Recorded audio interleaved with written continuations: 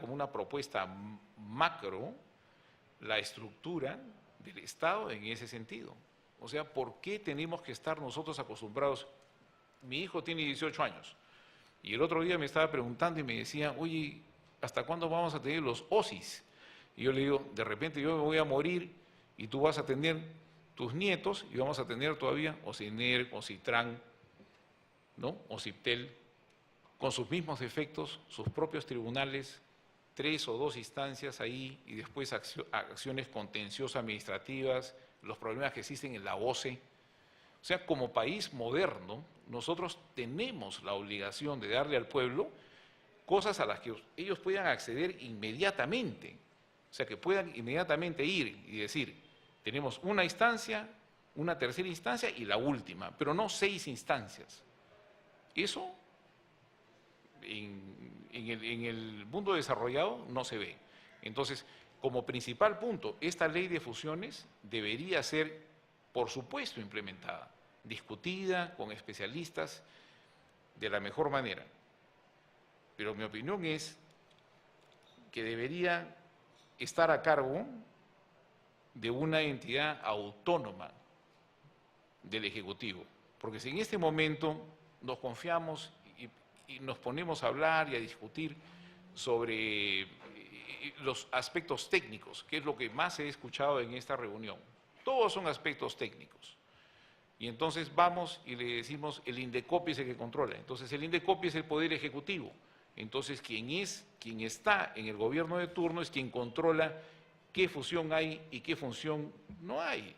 Y eso va en contra del pueblo. Y yo pienso que el Congreso está al servicio del pueblo. Entonces pienso que nosotros necesitamos, es urgente una ley de fusiones, pero para servir al pueblo, no a cargo del Ejecutivo. Tiene que ser un organismo autónomo. Y el INDECOPI como tal sirvió un propósito hace 25 años, más o menos, o 26, no me acuerdo. Pero ya es una... Conversaba con un amigo y me decía, eso es arqueología. Vamos a llamar al doctor Alba para que desentierre de dónde salió el INDECOPI, cómo se fundó y por qué está fundado y por qué es que, por ejemplo, hay una ventanilla única. Cuando una persona tiene un proceso de insolvencia, solamente hay una sola comisión a la que uno puede acudir cuando tiene un proceso de insolvencia. Sin embargo, cuando uno tiene un problema civil o de cualquier otra naturaleza que tiene que dirimir, va al Poder Judicial y hay 80 o más juzgados civiles a los que puede acudir. ¿Por qué hay solamente una ventanilla única de insolvencia? ¿Por qué el Poder Judicial no tiene juzgados especializados, creados y bien entrenados, bien constituidos para dirimir las insolvencias en el Perú, que es la entrada y la salida del mercado?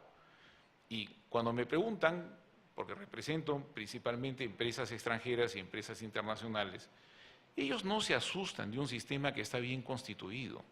Ellos no se asustan de un sistema que protege la democracia y que protege a su pueblo. Se asustan cuando hay un sistema en el que una persona puede manipular las cosas a su favor. Entonces ellos dicen, oye, si tú me estás diciendo, por ejemplo, en un caso cualquiera, voy a aduanas y no me admiten un producto y tengo que ir a un proceso de reclamación, de ahí me voy a un proceso de la dirección de SUNAT, de ahí me voy a un proceso ante el Tribunal Fiscal, de ahí, una vez que termine el Tribunal Fiscal, me voy en una acción contenciosa administrativa en primera instancia al Poder Judicial y después a la Corte Superior y después en casación. ¿Cuántos años ocurren? Para una cosa tan sencilla como eso. Esa es la reforma que nosotros tenemos que hacer.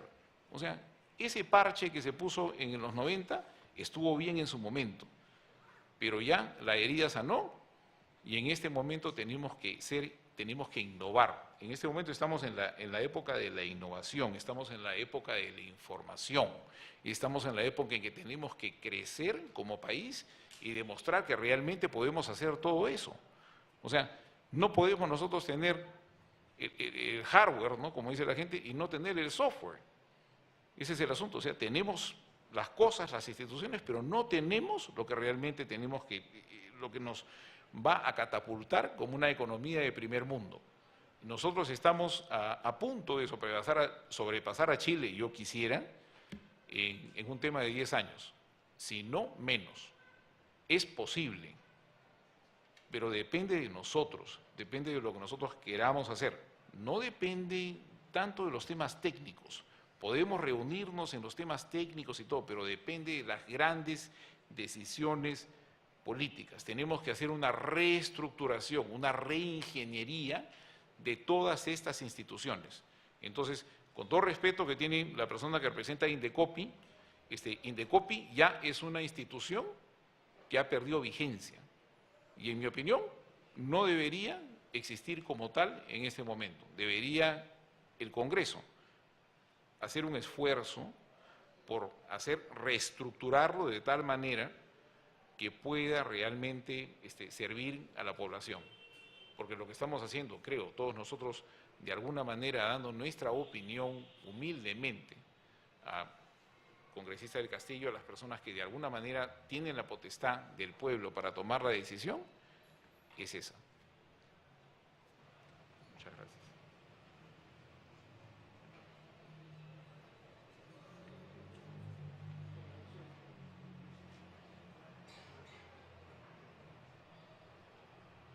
Señor Vicente Poirier es su apellido, ¿no? Garnó. Sí. Buenas tardes.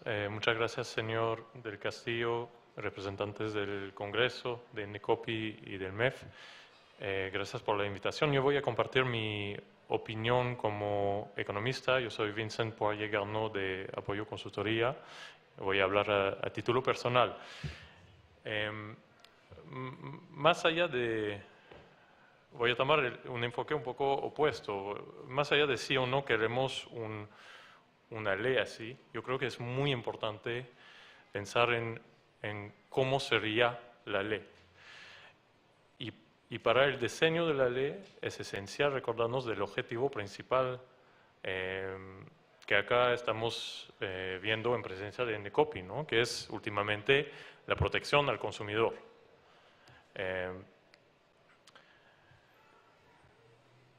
En un caso de cartel, por ejemplo, como ve Indecopi, el efecto al consumidor es claro. Normalmente se elevan los precios y hay un efecto directo y fácil de evidenciar al consumidor. Acá en el caso de fusiones, el efecto no es así de todo claro y no siempre. Entonces, voy a dar simplemente dos argumentos o dos aspectos que son esenciales tomar en cuenta según yo. Uno es que una ley de concentraciones o control previo no es simple de diseñar. Y dos, no es barata, ¿no? Son temas que ya se han mencionado, pero creo que es importante no olvidar que mencionaba el caso de carteles, que ahora es lo que aplica para que Indecopi controle comportamientos en el mercado, ¿no? En un cartel, el análisis económico, yo como economista tengo muy poco trabajo que hacer, porque se encuentra un correo entre dos empresas y ya está el caso definido, ¿no? De repente economistas entran para ver cuánto debería ser la multa para las empresas, pero el análisis económico es poco. En controles de fusiones no es así, al contrario. Es muy importante y recojo un punto que el doctor Gagliuffi mencionó, ¿no? Al inicio. Su segundo de 6 puntos es importante tener una definición muy clara de cómo se va a definir el mercado geográfico y de producto. Eso no puede sonar cuestiones simples, pero no lo son, ¿no? Si estamos viendo un mercado de zapatos, ¿qué zapatos son? Los rojos, los de niños, los de adultos, deportes, formales, etcétera. ¿Dónde se venden? ¿En qué zona? Y siempre desde la perspectiva del consumidor, porque lo que queremos saber es si hay una fusión en el mercado, el consumidor va a tener sustitutos alternativos que comprar que no son afectados negativamente por esa operación. Y todo lo tenemos que hacer con una bola de cristal porque estamos viendo posibles efectos en el futuro de la operación, ¿no?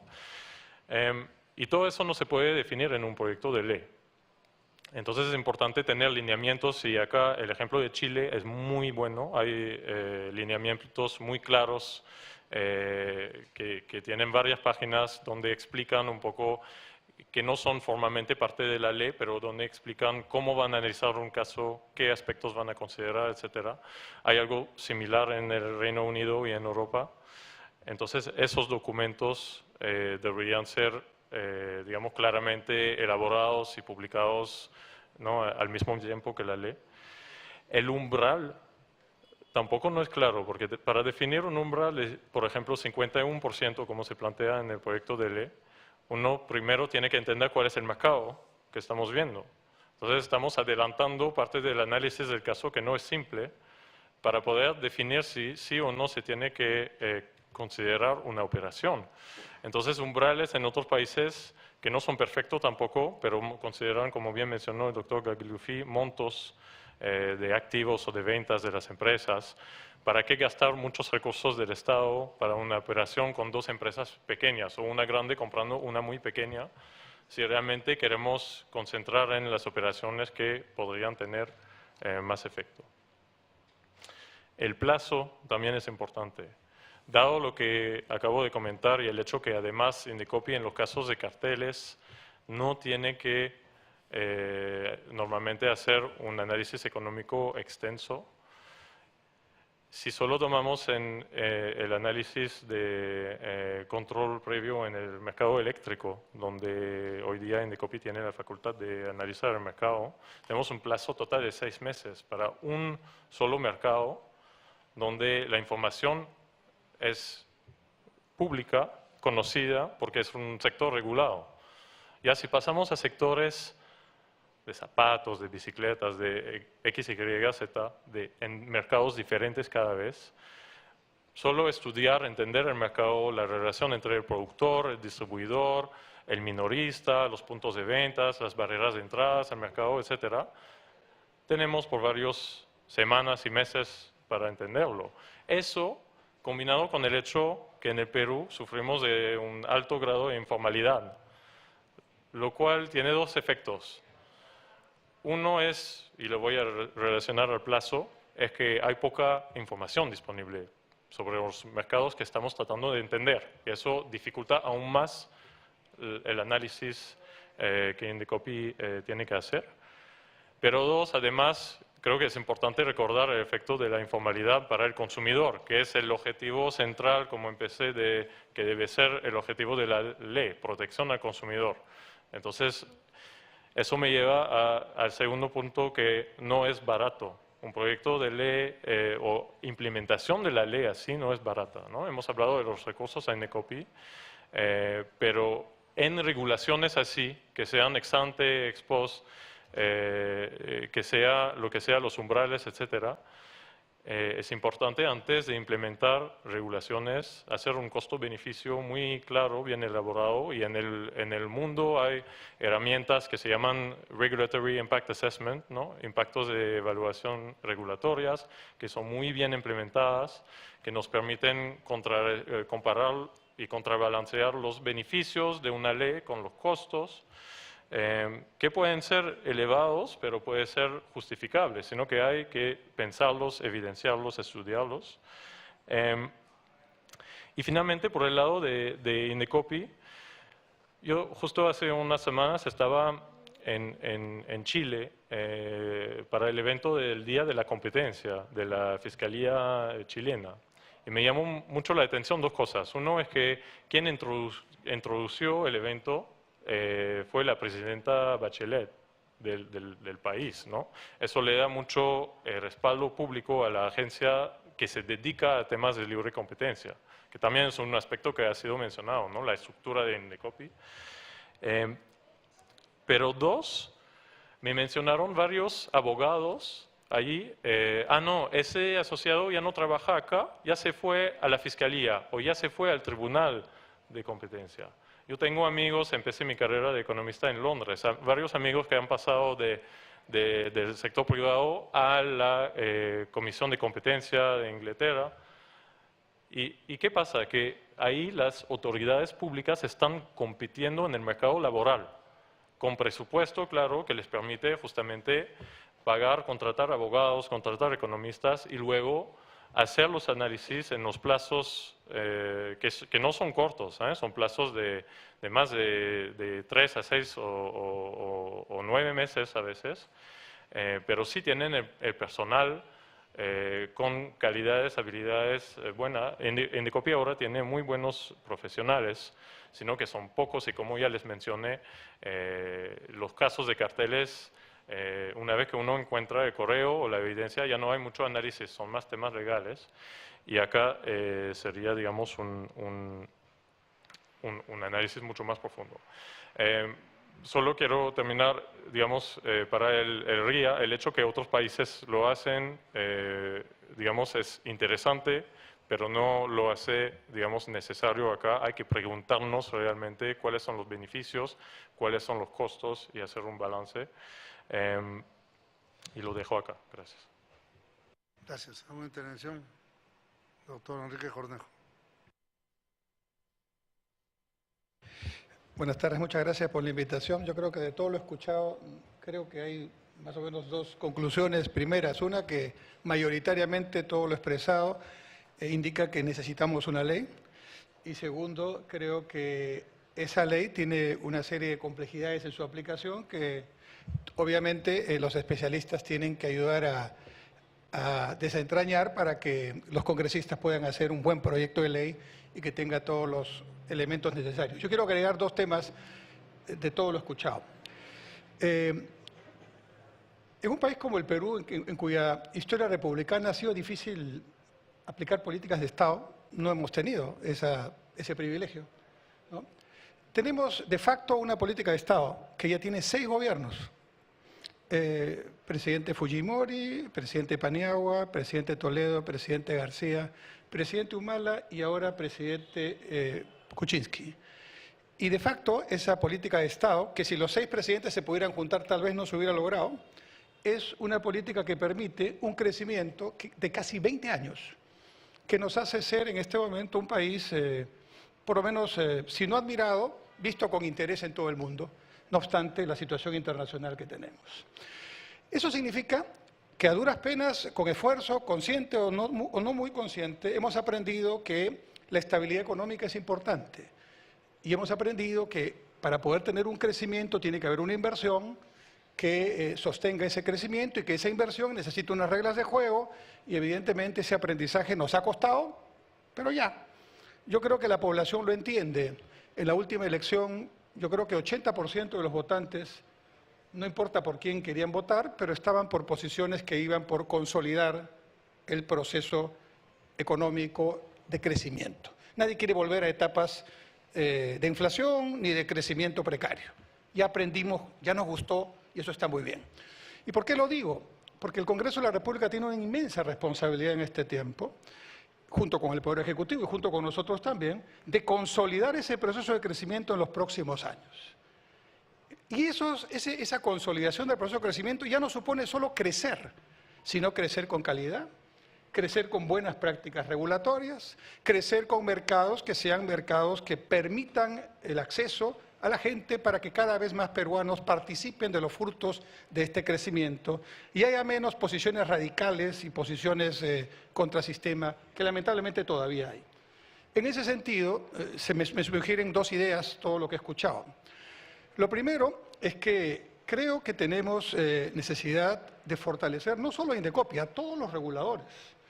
Y creo que un tema puntual que subyace de esta discusión es que estos reguladores deberían salir del ámbito de la PCM y tener la autonomía, capacidad financiera, técnica, operativa, que les permita hacer lo que les vamos a encargar hacer, ¿no? Porque efectivamente, así como están, y ustedes operan directamente en este caso con Indecopy, ¿no es cierto? Ven que, como se ha dicho en algún momento, bueno, están como sobrepasados, hay problemas de recursos. Yo creo que hacen un muy buen trabajo, pero podrían hacer uno tremendamente mejor si pudieran tener las capacidades para hacer esa tarea.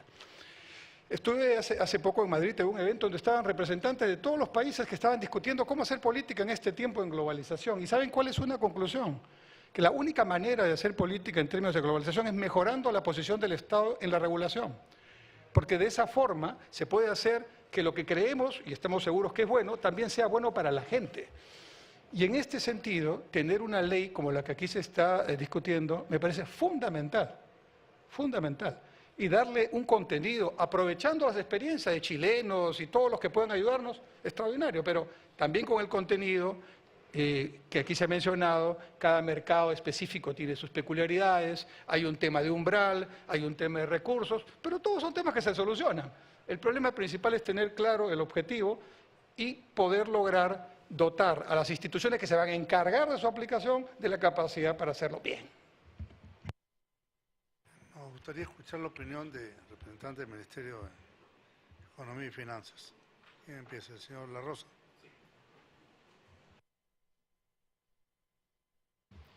Muchas gracias, congresista del Castillo. Muchas gracias a todos por escuchar nuestra opinión.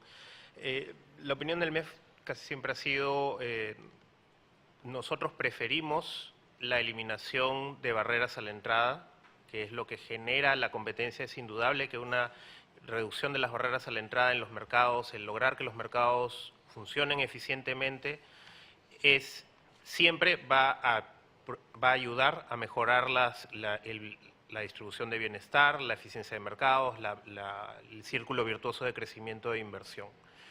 En el tema de control de fusiones, ya hemos hecho varios informes al respecto, es cierto, no es nuestra medida preferida. Introduce, ya algunos lo han mencionado, introduce muchas complejidades en el hecho en que tiene que proyectarse hacia futuro, hacia los años que podrían ser, y eso es complejo. Eso no desautoriza ciertamente muchos de los argumentos que están aquí. Es un balance difícil de hacer, ¿no? Consideramos que todavía para el momento de crecimiento, de desarrollo peruano, lo más importante es reducir las barreras de acceso a los mercados. Si en caso se decidiera incorporar a la legislación peruana las leyes de control de fusiones, también coincidimos con muchas de las personas aquí en que tendría que hacerse de la manera más técnica, más prudente posible. Han mencionado algunos compromisos internacionales y también se ha señalado la OCDE. Quisiera señalar en ese caso, hemos participado en las negociaciones de esos tratados internacionales y ha sido muy claro para nosotros dentro de esas negociaciones, porque eran puntos de discusión, que ninguno de los acuerdos internacionales que nosotros hemos firmado nos obligan a, no nos obligan, tampoco significa que nos prohíban, pero no nos obligan a incorporar el control de fusiones dentro de la legislación peruana. Sí hay reconocimientos explícitos, sin embargo, de que si alguna autoridad de competencia de otros países, la Unión Europea, claramente toma una decisión que tiene efectos acá, el Perú debe reconocer los efectos de esa decisión tomada por la Comisión de la Unión Europea. En el tema de la OCDE he tenido la suerte de estar cerca del proceso de conversación con ellos. Ellos efectivamente, todos sus países tienen control de fusiones. Eso es un dato, simplemente. Hasta donde sabemos, ellos nunca dicen una lista de requisitos explícitos, se cuidan mucho de hacerlo, pero nunca lo han considerado, o al menos del análisis que se ha hecho, no se ha considerado como un requisito de acceso. Creo que el doctor Díaz-Canseco también lo mencionó, sin embargo es parte de su cuerpo legal de buenas prácticas dentro de la organización, eso sí es cierto. No tienen un instrumento vinculante para los países dentro de la organización que los obligue a todos a hacer una ley de control de fusiones en abstracto o mecanismos específicos de cómo deben implementar su ley de control de fusiones. Sería útil siempre, en todo caso, recurrir a ellos. Entiendo que el Congreso está organizando un grupo específico para los temas de la OCDE, recurrir a la experiencia técnica de estos países, no simplemente de la organización, de los países que son parte de la organización, en cuáles han sido las mejores prácticas, cuáles han sido los problemas que han enfrentado. Como lo digo, creo que ya lo han mencionado, mencionó el señor Porey, es muy complejo tratar de mirar el futuro, y los controles de fusiones son eso, tratar de mirar el futuro cuando una fusión, una operación puede generar efectos nocivos hacia el mercado. A diferencia de la reducción de barreras a la entrada, que siempre va a ser beneficiosa para, digamos, para el mercado, para la eficiencia de los mercados, los controles de fusiones, una fusión a veces puede ser perjudicial, a veces puede ser benéfica desde los puntos de vista de eficiencia económica, ¿no? Y esa es la complejidad del proceso, y por supuesto también tenemos que considerar los umbrales, ¿no? Es decir, fusiones entre empresas muy pequeñas no tienen ningún efecto en la competencia. No toda fusión tiene efectos en la competencia, hay que tener muy claro cómo se definiría en qué casos entrar. De nuevo, la posición del Ministerio de Economía siempre ha sido que es preferible atacar las barreras a la entrada antes que el control de fusiones, ¿no? Está en nuestros informes. Muchas gracias. A ver, hay varias intervenciones. Creo que primero la palabra del doctor Díaz Canseco, Garrido, Leca, Marroquín. Sí. Gracias, congresista del Castillo. Quiero coincidir con mi colega del Ministerio de Economía y Finanzas. Sin duda, el tema de la reducción de barreras de entrada es clave, sin duda. Y en ese sentido, es no solamente un tema de barreras de entrada que hay que desmantelarlas o evitarlas, porque eso genera riqueza, genera competencia, genera apertura, posibilidades, etcétera, etcétera, sino que va de la mano con el tema de las barreras burocráticas, sobre el cual tengo entendido que va a haber un paquete de decretos legislativos pronto, lo cual me parece maravilloso. Pero hay una cosa que es cierta: podemos tener todo el desmantelamiento de barreras de entrada que uno quiera y podemos tener toda la eliminación de barreras burocráticas que uno quiera, pero si hay un monopolio o hay un grupo de empresas que se ha concentrado en una sola, dudo mucho que nadie quiera invertir en un país donde sabes que tus posibilidades de crecimiento son nulas como consecuencia del gran posicionamiento que tiene el monopolio. Entonces, felicito esa preocupación. Sin embargo, creo que el tema de la barrera de entrada es importante, pero es colateral este debate. Y el segundo tema es, coincido también con mi colega del Ministerio de Economía, de que es un acto de adivinación, ¿no? O sea, estamos avanzando hacia el futuro, o sea, porque un poco es eso, ¿no? O sea, tenemos que, en el control de fusiones hay que determinar qué es lo que puede pasar. Y como yo sé que ese pasar puede ser malo, entonces mejor lo deniego. Entonces, frente a ese argumento, que es muy válido, hay otro argumento que es el del extinguidor. ¿Para qué tenemos extinguidores en los cines? Y pido disculpas por usar este mal ejemplo. ¿O para qué tenemos extinguidores en lugares públicos? Porque si hay un incendio, tenemos que tener el instrumento puesto ahí. ¿Para qué? Para apagar el incendio. Y justamente la ley de control de fusiones y concentraciones, o análisis de control de fusiones y concentraciones, es justamente el extinguidor que tiene que tener todo Estado para que en el momento que se opere una operación de esta envergadura, tú puedes decir, no, esto le afecta a los consumidores, no te la dejo pasar.